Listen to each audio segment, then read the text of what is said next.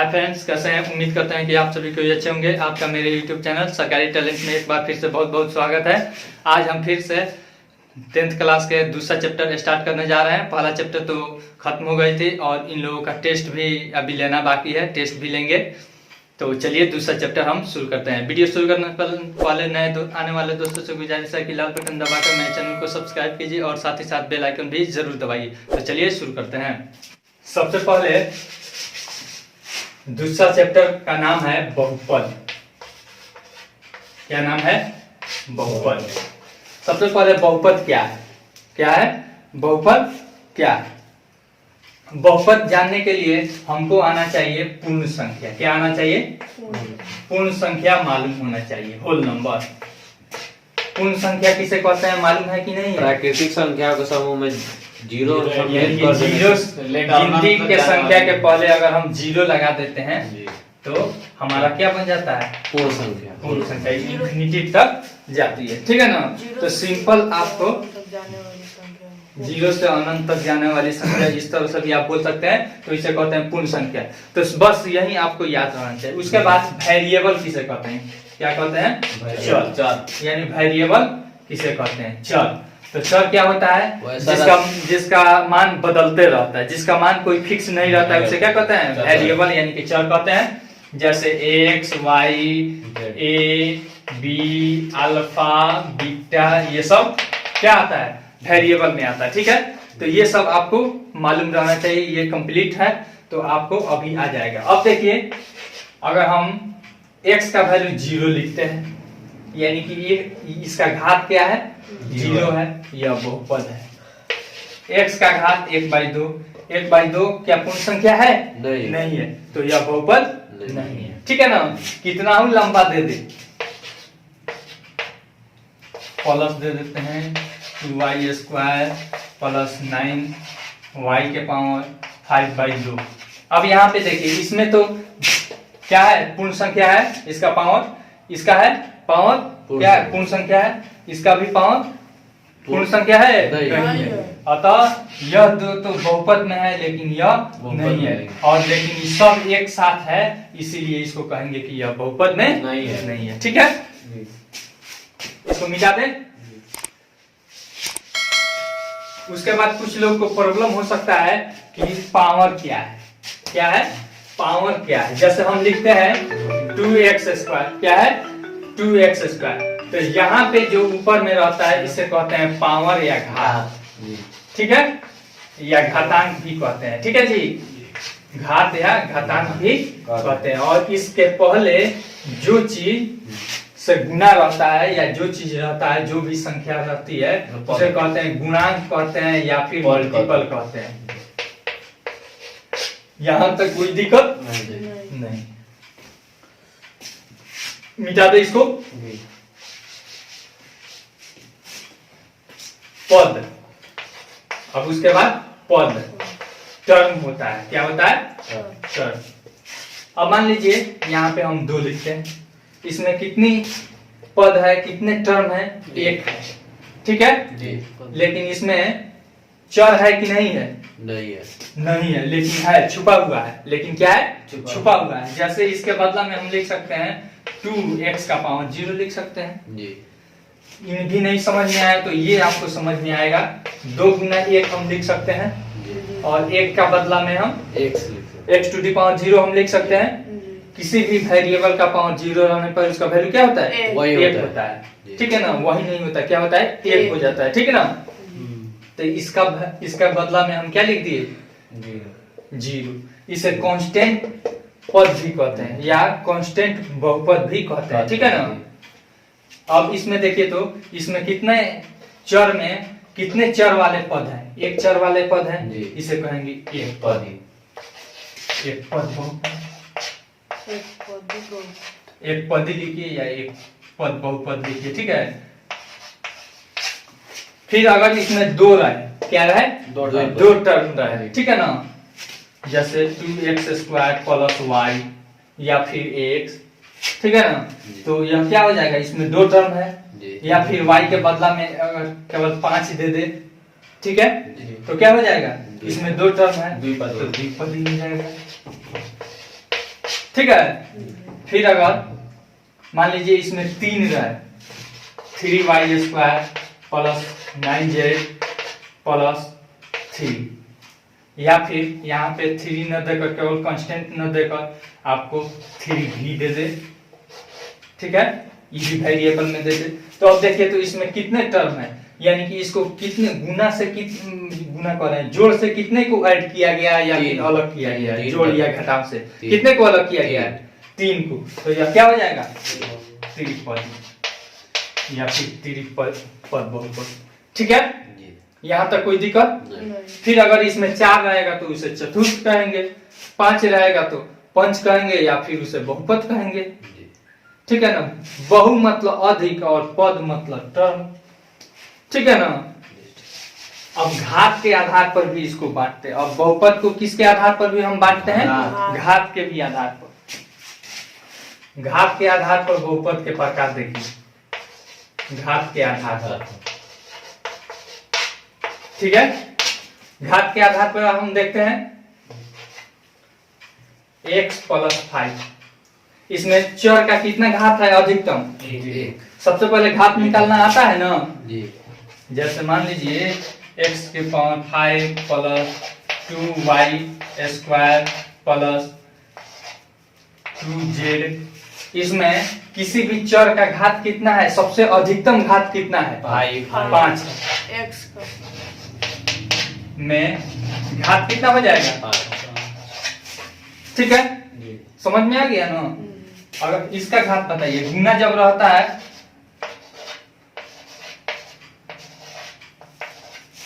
इसका कितना घात होगा, 10। यानी कि जब गुना में रहता है तो पावर को क्या कर देते हैं, जोड़ जोड़ देते हैं। 3 2 5 5 10, यानी घात बराबर क्या हो जाएगा, 10। आसान है कि नहीं, घात निकालना आ जाएगा। अब देखिए तो इसमें वेरिएबल का घात कितना है, 1 है। इसको मिटा देते हैं, इस समझाने के लिए बताए हैं। इसमें इसका घात कितना है, घात बराबर 1, तो क्या हो जाएगा, रैखिक, या इसको कहते हैं रैखिक, क्या कहते हैं, लीनियर, ठीक है ना, लीनियर पॉलिनोमियल।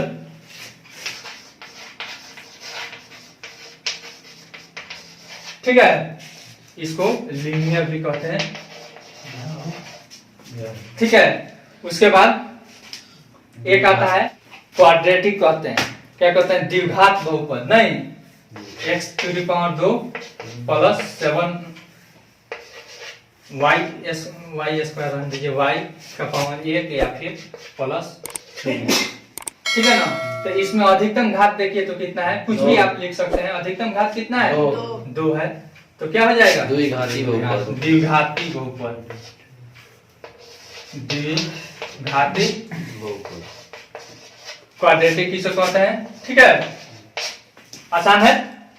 फिर उसके बाद अगर 3 पावर रहेगा, y के पावर 3 प्लस z प्लस 7, और भी जितना आप लंबा कर सकते हैं, कितना ही लंबा रहेगा, बस उसका अधिकतम घात देखते हैं, ठीक है।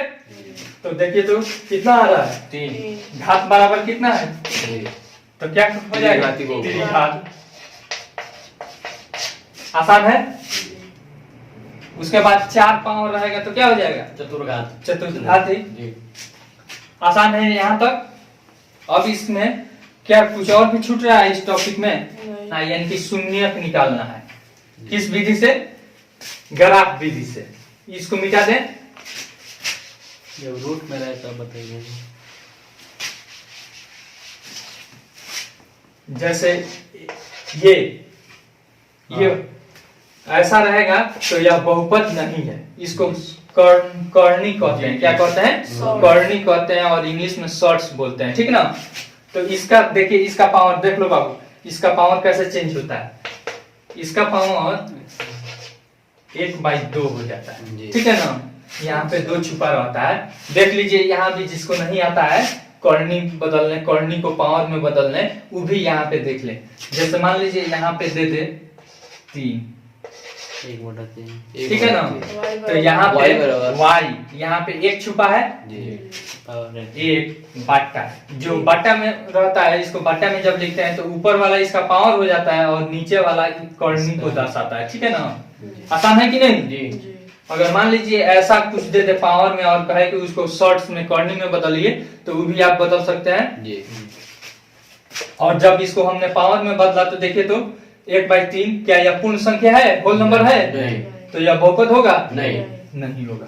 ठीक है, अब मान लीजिए अगर हमको दे दे z का पावर 5/7, इसे कर्णी में कह रहा है कर्णी में बदलिए तो बदल सकते हैं। जी कैसे होगा, कर्णी पहले लिखेंगे तो हाँ, 7 जो नीचे होगा हाँ। डिनोमिनेटर में उसको कर्णी यहाँ होगा, पे seven कर्णी हो जाए, कर्णी हो जाएगा Z। और फिर यहाँ पे z का पावर 5। आसान है कि नहीं, जी इसको मिटा दें। जी अब यही अगर दे दे √7a, बताइए तो ये बहुपद है कि नहीं, नहीं है बहुत है बहुपद है। बहुपद है, हमको जी। देखना है x का वेरिएबल का, वेरिएबल का पावर कितना रहना चाहिए, नहीं थी। तो इससे कोई फर्क नहीं है, हमको देखना है वेरिएबल का पावर कितना है। ठीक है ना, बहुपद हमको देखने के लिए सबसे पहले हमको क्या देखना है, वेरिएबल का पावर कितना है। ठीक है ना, वो किस में रहना चाहिए, होल नंबर पूर्ण संख्या में रहना चाहिए। इसको मिटा देते हैं। अब उसके बाद आता है बहुपद का परिभाषा बताइए।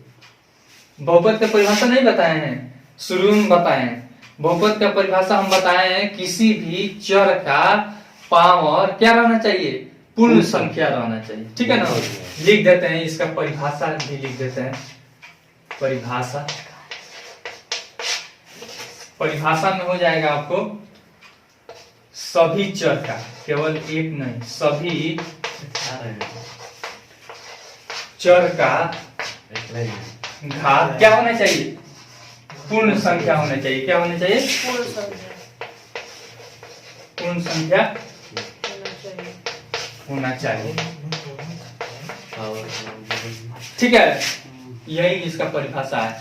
ऐसे शुरू में हम समझाए थे। चलिए इसको मिटा दें। जैसे में आप लिख सकते हैं 2y² plus 9z plus 7y, ये सब क्या है, बहुपद है बहुपद है। मिटा दें। जी जब प्लस में है तो सबको हम देखेंगे, ये नहीं कि एक हो गया और एक नहीं हुआ, एक का बहुपद पावर अगर निकालेंगे। पूर्ण संख्या नहीं होगा तो बहुपद नहीं होगा। ठीक है, जैसे तुम किताब में बहुत जगह पूछ देता है x प्लस 1/x, बताइए तो बहुपद है कि नहीं, नहीं है। बहुपद नहीं है। देखिए यहाँ पे इसका वैल्यू होगा x प्लस, इसको तुम लोग को पावर में चेंज करने में परेशानी हो रही है। देखिए इसका पावर कितना हो जाएगा, x का पावर -1, तो -1 क्या पूर्ण संख्या है, नहीं। नहीं नहीं है, तो ये बहुपद होगा। नहीं तो यही आलेख द्वारा इसका शून्य ज्ञात करना। नहीं, जी संख्या अब देखिए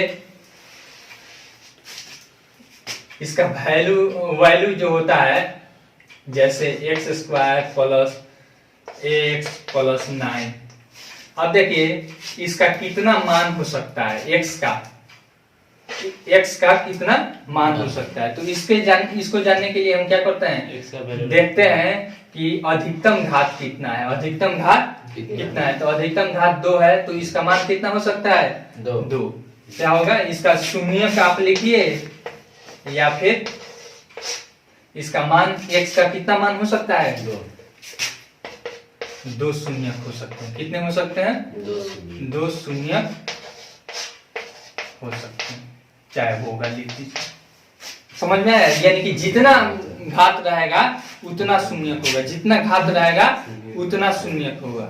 ठीक है, समझ में आ रहा है ना। जी उसी तरह से अब कोई पूछ देता है, हमारे 2.1 चैप्टर में है, 2.1 में हमको क्या करना है,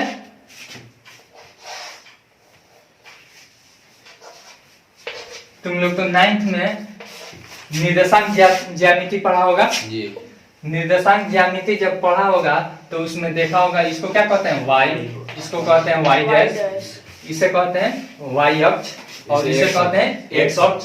जिसे तुम लोग भुज भी कहता है और इसको कोटि कहता है। इसको x कहते हैं, इसको x डैश कहते हैं, ठीक ना। तो अब देखिए हमको कोई भी चीज दे देता है, कोई भी चीज दे देता है, अगर हमको दे देता है x स्क्वायर प्लस 5, जी इसका अगर कह देता है निकालिए ग्राफ के, ग्राफ अगर दिया है, मान लीजिए ऐसे ग्राफ दे दिया है, अब पूछता है कि इसके कितने मान है, x के कितने मान। दो। तो देखिए जितना टाइम अगर x अक्ष को काटेगा वो उतना टाइम इसका वैल्यू होगा, ठीक है ना, x का वैल्यू होगा। तो इसमें कितना x का वैल्यू है, 2। फिर उसके बाद और भी बहुत सारा चीज है, यहाँ पे ऐसे दे दिया है और फिर एक यहाँ पे ऐसे है। तो इसका इसमें x का कितना मान है, 0, यानी एक भी बार नहीं काटा है। जी फिर उसके बाद और भी बहुत सारा है, आपको बता देते हैं, ऐसे है, फिर ऐसे है, यहाँ पे कितना बार काट रहा है, तो इसका कितना मान होगा इस ग्राफ में, x का वैल्यू 1, केवल एक शून्यक होगा, या उसका मान केवल 1 होगा। शून्यकों की संख्या यहाँ पे कितनी है, 1। और भी कुछ ये है, या फिर यहाँ पे है नहीं 6 नंबर, इसको मिटा देते हैं।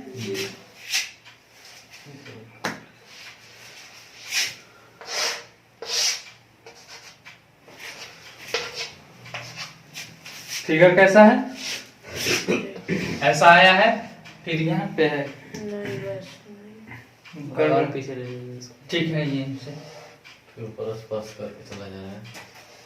जी ऐसा ही नहीं जा रहा है। अब देखिए तो x अक्ष पर कितने कितने को काटा है, 1 2 3, तो इसका शून्य की संख्या कितनी है, शून्य की संख्या कितनी होगी, आसान है कि नहीं।